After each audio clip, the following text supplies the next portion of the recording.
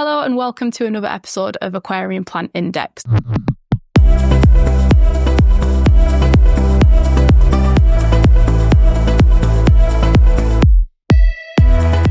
Today we are going to be talking about Bucephalandra needleleaf.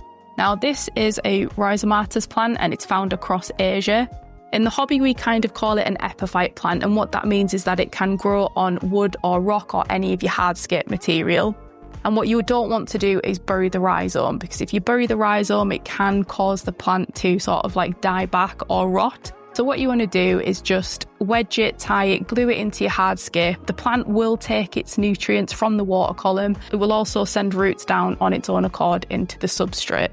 Now, if you look really closely at this plant, its leaves are sort of covered in these white little spots, and the leaf retains this really dark green colour, and under sort of high intense lighting these colorations and these patterns are a little bit more enhanced.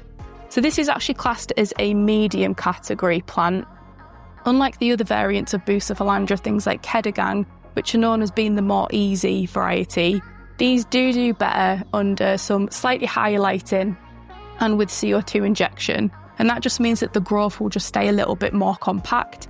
It can be grown in low tech conditions, but it just does take a little bit longer to grow, and as mentioned, the growth might not be as compact. So with planting an epiphyte, as mentioned, you don't want to bury the rhizome, you just want to glue it or tie it or wedge it into your hardscape. And to do that, simply just put a few dabs of super glue gel, preferably because it's easier to work with. And you want to put that on the rhizome. So the rhizome is the thick horizontal stem that runs across the bottom of the plant where the roots and the leaves come out of. So you just put a few dabs of glue on there and you just hold it in position, and that will obviously set the plant in place. It is worthwhile knowing that if the plant was to melt, as long as the rhizome stays intact and it stays healthy, that the plant will actually bounce back.